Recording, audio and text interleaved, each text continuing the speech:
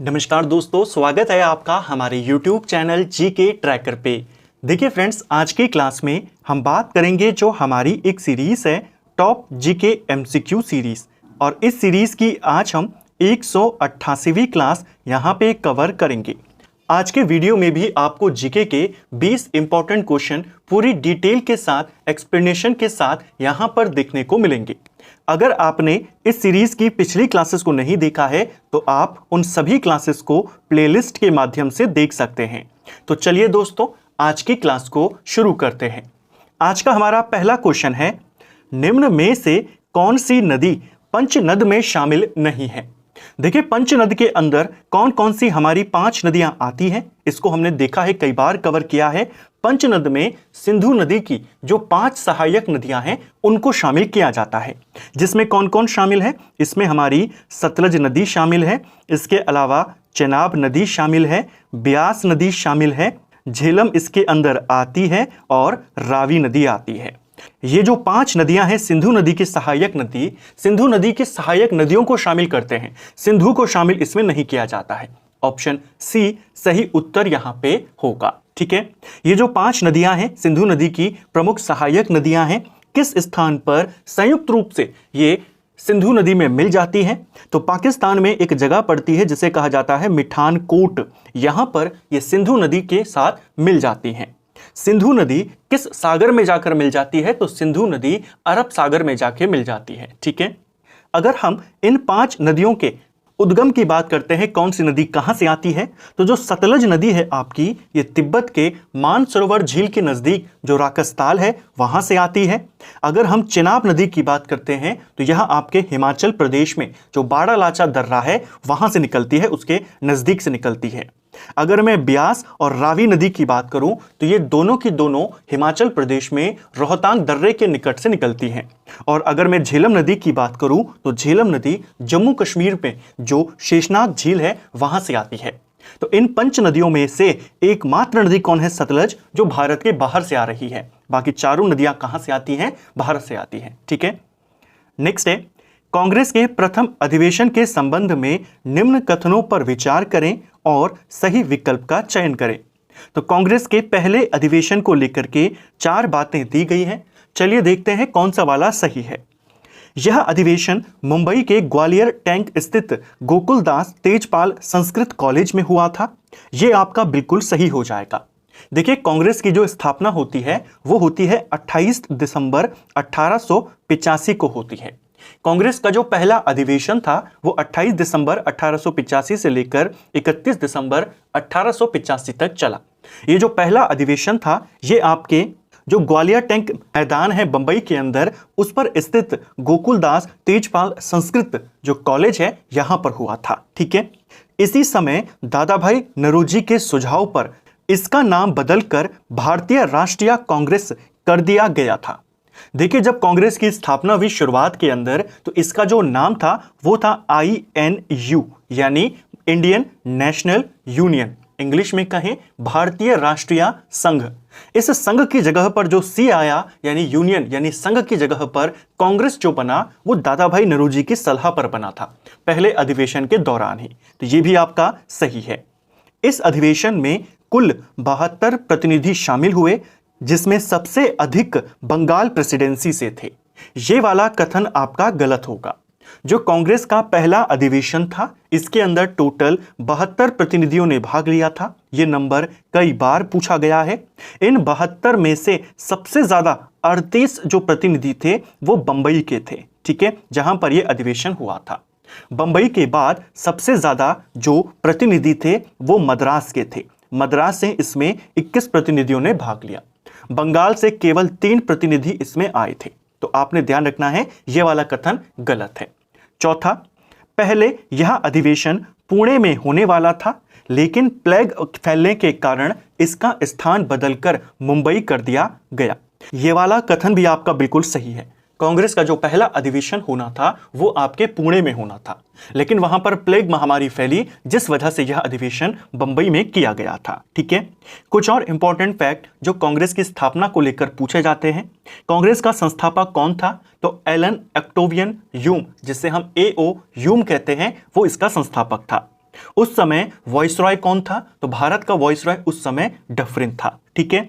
British प्रधानमंत्री कौन था? ग्लैडस्टोन उस समय ब्रिटिश प्रधानमंत्री था। कांग्रेस के पहले अध्यक्ष कौन थे? तो WC बनर्जी इसके पहले अध्यक्ष थे। कांग्रेस का पहला सचिव या महामंत्री किसे बनाया गया था? वो AO ह्यूम को ही बनाया गया था। ठीक है। तो यहां पर आपका तीसरा वाला कथन गलत है, पहला, दूसरा, चौथा कथन आपके बिल्कुल सही हैं। भू राजस्व की महलवाड़ी व्यवस्था के संबंध में निम्न में से कौन सा कथन सही नहीं है? महलवाड़ी व्यवस्था, रैयतवाड़ी, इनको लेकर लगातार हम सवाल करते रहते हैं। कुछ दिन पहले ही हमने इसको देखा था। इनको लेकर के एक बेसिक सवाल जो लगभग हर एग्जाम में पूछ लिया जाता है। जब भी इन व्यवस्थाओं को लेकर सवाल बनता है तो कॉन्सेप्ट वही होता है कि इस व्यवस्था में किसके ऊपर लगान देने की जिम्मेदारी थी। तो तीन इंपॉर्टेंट व्यवस्थाएं हम पढ़ते हैं। एक होती है स्थायी बंदोबस्त, जिसे जमींदारी व्यवस्था कहते हैं, एक है हमारी महलवाड़ी व्यवस्था और एक है हमारी रैयतवाड़ी व्यवस्था। इनके मतलब को समझ जाइए, आपको पता चल जाएगा कि किस व्यवस्था में किसके ऊपर जिम्मेदारी थी लगान देने की।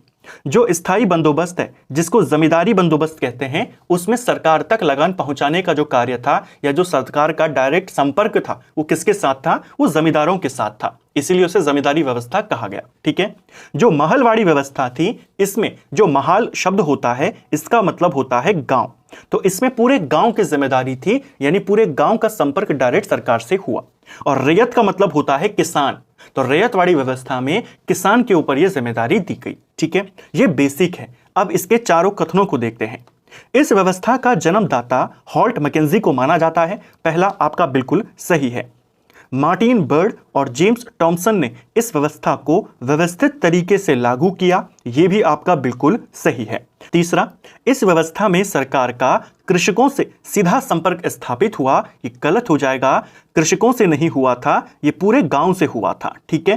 किसानों के साथ किसमें हुआ था? वो हुई थी रैयतवाड़ी व्यवस्था में। इस व्यवस्था में पहली बार लगान तय करने के लिए मानचित्रों और पंजियों का प्रयोग किया गया।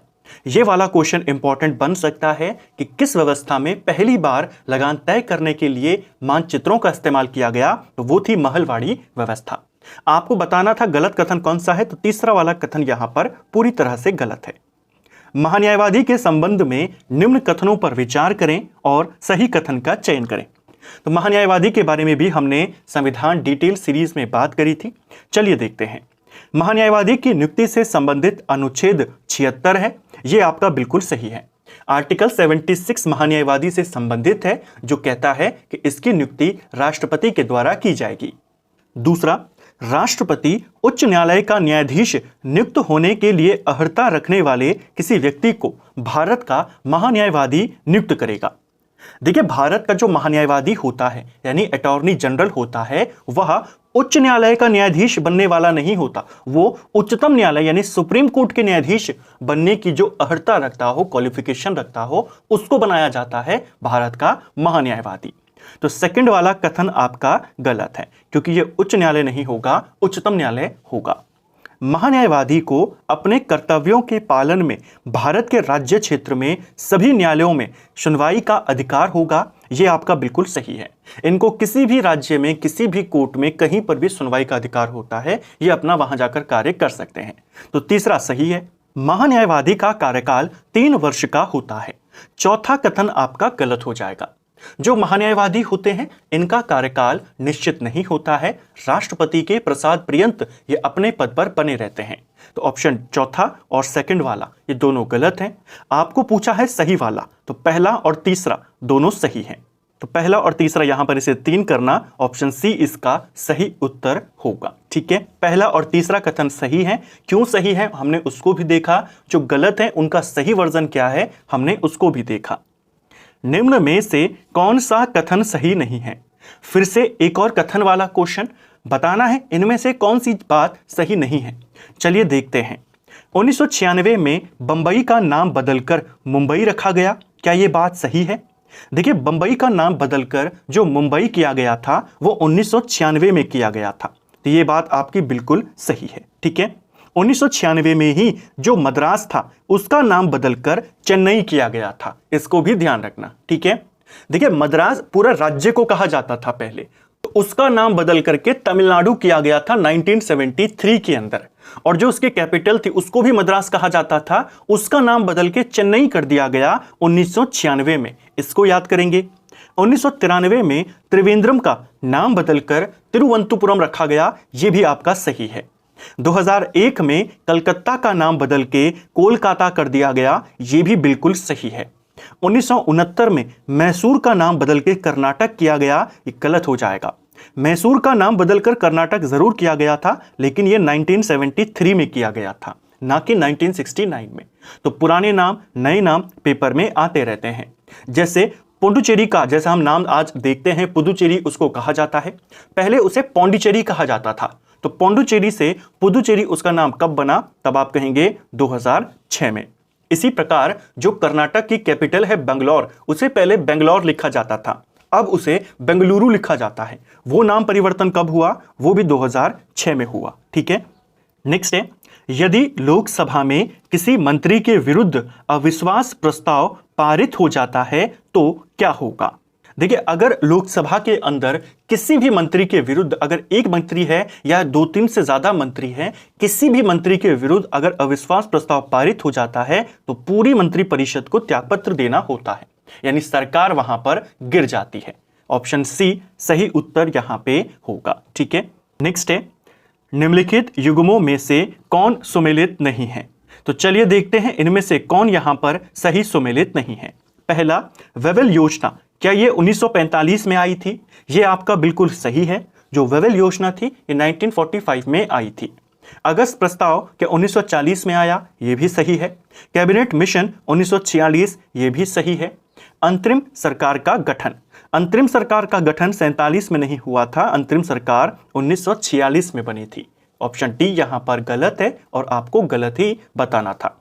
अंतरिम सरकार को लेकर के हम 2 तारीख यहां पर याद करते हैं। पहली तारीख है 24 अगस्त की, दूसरी तारीख है 2 सितंबर की। दोनों किस वर्ष की है? 1946 की। 24 अगस्त 1946 को घोषणा करी गई कि अंतरिम सरकार का गठन होगा और 2 सितंबर 1946 को अंतरिम सरकार का गठन किया गया। ठीक है, निम्न में से किस अधिनियम के अंतर्गत भारतीय शिक्षा के प्रसार के लिए 1 लाख रुपए प्रतिवर्ष दिए जाने का प्रावधान किया गया था? यानी इनमें से किस अधिनियम में, किस चार्टर एक्ट में यह प्रावधान किया गया था कि भारतीय शिक्षा के प्रसार के लिए सरकार, जो अंग्रेजी सरकार थी, वो 1 लाख रुपए प्रतिवर्ष खर्च करेगी। हालांकि उन्होंने किया नहीं, लेकिन प्रावधान किया गया था ये चार्टर एक्ट 1813 में। ऑप्शन बी सही उत्तर होगा। जो 1813 का चार्टर एक्ट था, इसके माध्यम से 2-3 इंपॉर्टेंट बातें करी गई। पहली चीज ये करी गई कि कंपनी के अधिकार पत्र को 20 साल के लिए बढ़ा दिया गया, लेकिन कंपनी का भारत के साथ व्यापार करने का जो एकाधिकार था उसे खत्म कर दिया गया। अब कोई भी व्यक्ति, कोई भी ब्रिटिश यात्री या ब्रिटिश नागरिक डायरेक्ट इंडिया में आके व्यापार कर सकता था, कंपनी के माध्यम से आने की आवश्यकता नहीं थी। केवल चाय के व्यापार को छोड़ करके, चाय का व्यापार और चीन के साथ व्यापार करने के लिए एकाधिकार अभी भी कंपनी के पास था। तो पहली चीज आपने ये याद करनी है। दूसरी चीज जो इस अधिनियम के तहत करी गई कि जो ईसाई पादरी थे उनको भारत में धर्म प्रचार की अनुमति दे दी गई। तो क्वेश्चन बनेगा, उनको भारत आने और भारत में धर्म के प्रचार प्रसार की अनुमति किस एक्ट में मिली? तो इसी एक्ट में मिली। इसी एक्ट में एक और इंपॉर्टेंट चीज करी गई। प्रश्न बनता है, किस अधिनियम के तहत स्थानीय सरकारों को व्यक्तियों पर टैक्स लगाने का अधिकार दिया गया? वो भी यही अधिनियम था। ठीक है, और एक और इंपॉर्टेंट बात, सबसे इंपॉर्टेंट बात जो इस अधिनियम में किया गया था, इस अधिनियम के तहत पहली बार भारत में ब्रिटिश क्षेत्र की संवैधानिक स्थिति को स्पष्ट रूप से यहां पर परिभाषित किया गया था। ठीक है, सूची 1 को सूची 2 से यहां पर सुमेलित करना है। एक तरफ वायुमंडल की विभिन्न परतों के नाम दिए हैं, दूसरी तरफ उनसे जुड़े हुए तथ्य। चलिए इनको सुमेलित करते हैं। शोभ मंडल में क्या होता है?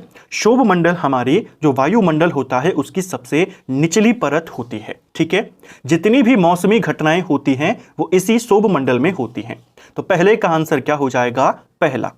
समताप मंडल की बात करते हैं तो शोभ मंडल के ऊपर जो परत होती है उसे समताप मंडल कहते हैं। यहां पर मौसमी घटनाएं बिल्कुल नहीं होती हैं, विमान हमारे इसी परत में उड़ते हैं और इसके अलावा जो ओजोन परत होती है वो भी हमें इसी परत में देखने को मिलती है। तो दूसरे का आंसर क्या हो जाएगा? 3। मध्य मंडल की बात करते हैं। मध्य मंडल आपका समताप मंडल के ऊपर आता है और एक ऐसा मंडल है जहां पर जैसे जैसे ऊंचाई बढ़ती है तापमान गिरता जाता है। वो कौन सा है आपका? मध्य मंडल। तो तापमान में एकाएक गिरावट यहां पर होती है, यानी तीसरे का उत्तर 2 होगा। आयन मंडल रेडियो तरंगों का परावर्तन यहां पर होता है। तो आपका जो विकल्प यहां पर बना, जो कूट बना 1 3 2 4, इसका सही उत्तर है 1 3 2 4। सेतु बंध के रचयिता प्रवरसेन द्वितीय का संबंध किस वंश से था? देखिए, सेतु बंध की बात करें, कई बार ये पेपरों में पूछी गई है, उत्तराखंड में भी पूछी गई है। इस रचना के जो रचयिता हैं वो प्रवरसेन द्वितीय हैं और प्रवरसेन द्वितीय वाकटक वंश का एक महत्वपूर्ण राजा था। ऑप्शन बी सही उत्तर यहां पे होगा। जो वाकटक वंश था, इस वंश का संस्थापक कौन था? इस वंश के संस्थापक का नाम था विंध्य शक्ति। इसका भी नाम याद करेंगे। लगभग 255 ईस्वी के करीब ये वाकटक वंश की स्थापना करता है। विंध्य शक्ति या वाकटक वंश को लेकर के एक तथ्य और याद कर लीजिए, शासक बनने से पहले ये किसका सामंत था? तो ये सातवाहन राजाओं के सामंत थे। ठीक है।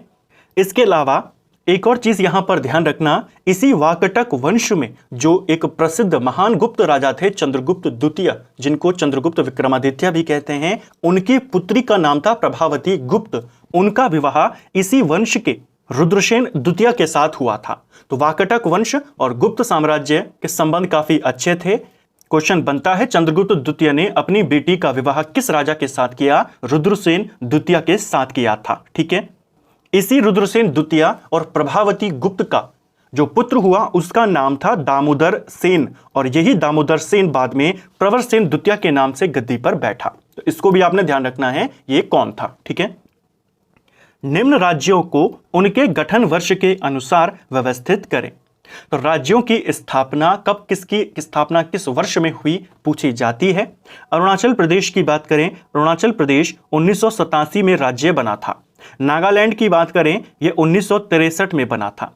हिमाचल प्रदेश की बात करें 1971 में बना और मेघालय 1972 में बना। तो सबसे पहले राज्य बना है नागालैंड, यानी 2 आ जाएगा। नागालैंड के बाद राज्य बना हिमाचल प्रदेश, यानी 3 आ जाएगा। उसके बाद बना है हमारा मेघालय, यानी 4, और अंत में अरुणाचल, यानी 1। 2 3 4 1 इसका सही आंसर है। 2 3 4 1 ऑप्शन डी।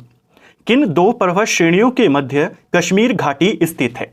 जो कश्मीर घाटी है हमारी, यह किन 2 पर्वत श्रेणियों के बीच में है? ये आपके बृहत हिमालय और पीर पंजाल के बीच में पड़ता है। ऑप्शन बी सही उत्तर होगा।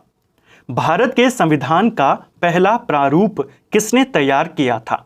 देखिए, संविधान का जो पहला प्रारूप था, इसको किसके द्वारा तैयार किया गया? इसको तैयार किया था संविधान के जो संवैधानिक सलाहकार थे संविधान सभा के, BN राव, इन्होंने तैयार किया था। इन्हीं के प्रारूप पर चर्चा करने के लिए, इसको और अच्छा बनाने के लिए एक प्रारूप समिति बनाई गई थी, जिसके प्रमुख कौन थे? भीमराव अंबेडकर। तो इनको आपने ध्यान रखना है। पहला प्रारूप अगर पूछेगा किसने तैयार किया है, BN राव ने किया था। बाद में पूरा जो हमारा संविधान बना, जो हम आज देखते हैं, वो किसने बनाया? प्रारूप समिति ने बनाया। प्रारूप समिति को ड्राफ्टिंग कमेटी भी कहते हैं और पांडुलेखन कमेटी या समिति भी उसे कहा जाता है। प्रारूप समिति का गठन 29 अगस्त 1947 को हुआ था, जिसमें टोटल 7 सदस्य शामिल थे। ठीक है। चंदावर की लड़ाई मोहम्मद गौरी और किस वंश के राजा जयचंद के बीच में हुई थी? देखिए, जो चंदावर की लड़ाई है ये आपके 1194 में हुई थी, गौरी और जयचंद के बीच में। जो जयचंद थे आपके, ये गहड़वाल वंश के राजा थे। ऑप्शन डी सही उत्तर यहां पे होगा। गहड़वाल वंश उस समय कन्नौज पर शासन करता था।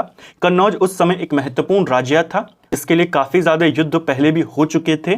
जब गौरी आया, पहले उसने दिल्ली के शासक पृथ्वीराज चौहान को पराजित किया और फिर उसने कन्नौज के राजा को भी पराजित कर दिया था। चित्तौड़ पर कब्जा करने के बाद अलाउद्दीन खिलजी ने उसका नाम क्या रख दिया था? इसको भी हमने कई बार बात की है कि अलाउद्दीन खिलजी ने चित्तौड़ को कब जीता था। चित्तौड़ विजय इसने करी थी 1303 के अंदर। ठीक है। यहां के राजा उस समय कौन थे? राणा रतन सिंह यहां के राजा थे, जिनकी पत्नी का नाम था रानी पद्मावती। ठीक है। तो 1303 में इसने चित्तौड़ को जीता था। चित्तौड़ को जीतने के बाद इसने इसका जो बेटा था उसका नाम था खिज्र खान। खिज्र खान को चित्तौड़ का राजा बनाया और चित्तौड़ का नाम खिजराबाद कर दिया था। ऑप्शन ए सही उत्तर यहां पे हो जाएगा। ठीक है। भारत का दक्षिणतम बिंदु कहां पर स्थित है? तो देखिए भारत का जो दक्षिणतम बिंदु है, मुख्य भूमि का दक्षिण बिंदु नहीं पूछा है, दक्षिणतम बिंदु पूछा है, यानी जो हमारे अंडमान निकोबार द्वीप समूह हैं उनको मिला करके। तो दक्षिणतम बिंदु जो है हमारा, उसका नाम है इंदिरा पॉइंट। ठीक है, पहले इंदिरा पॉइंट को पिग्मिलियन पॉइंट के नाम से, पार्सेन पॉइंट के नाम से जाना जाता था, लेकिन अब उसे इंदिरा पॉइंट कहते हैं। तो आप सभी जानते हैं कि वो अंडमान निकोबार द्वीप समूह में है, लेकिन किस वाले द्वीप में है, ऐसे क्वेश्चन बनने लगे हैं।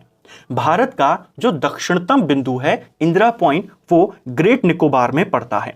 ऑप्शन सी सही उत्तर यहां पे होगा। जो हमारा सबसे उत्तरी बिंदु है उसे इंदिरा कॉल कहते हैं, जो आपके वर्तमान पीओके में पड़ता है। पूर्वी बिंदु की बात करें तो किबुतु को कहते हैं, जो अरुणाचल प्रदेश में है, और पश्चिमी बिंदु की बात करें तो गोहार मोती, जो गुजरात के अंदर स्थित है। मुख्य भूमि में दक्षिणी बिंदु की बात करें तो केप कोमोरिन है, जो कन्याकुमारी यानी तमिलनाडु में पड़ता है। 1857 की क्रांति के बाद शासन में आए बदलाव के संबंध में असत्य कथन का चयन करें।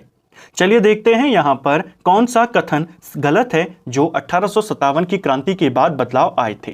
पहला, भारत का शासन ब्रिटिश सरकार के हाथ में आ गया, ये बिल्कुल सही है। 1857 की क्रांति के बाद 1858 में भारत शासन अधिनियम लाया गया और भारत का शासन सीधे ब्रिटिश क्राउन के अधीन कर दिया गया। ठीक है, भारत सचिव के पद का सृजन किया गया, ये आपका बिल्कुल सही है। इस आंदोलन के बाद जो 1857 की क्रांति थी, इसके बाद एक नया पद सृजित किया गया, भारत सचिव। भारत में जो गवर्नर जनरल होता था उसके स्थान पर वायसरॉय को नियुक्त किया जाने लगा। वो भारत में प्रमुख होता था और जो भारत सचिव होता था ये ब्रिटेन में रहता था, ब्रिटेन की संसद में रहता था। ठीक है, भारत सचिव की सहायता के लिए भारत में एक परिषद गठित की गई।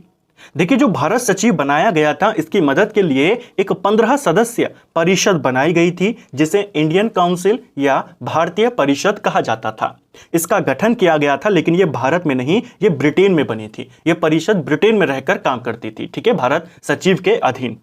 भारत जो सचिव होता था वही इसका प्रमुख होता था। इसका मुख्य काम क्या होता था? भारत के राज्य सचिव को सुझाव देना।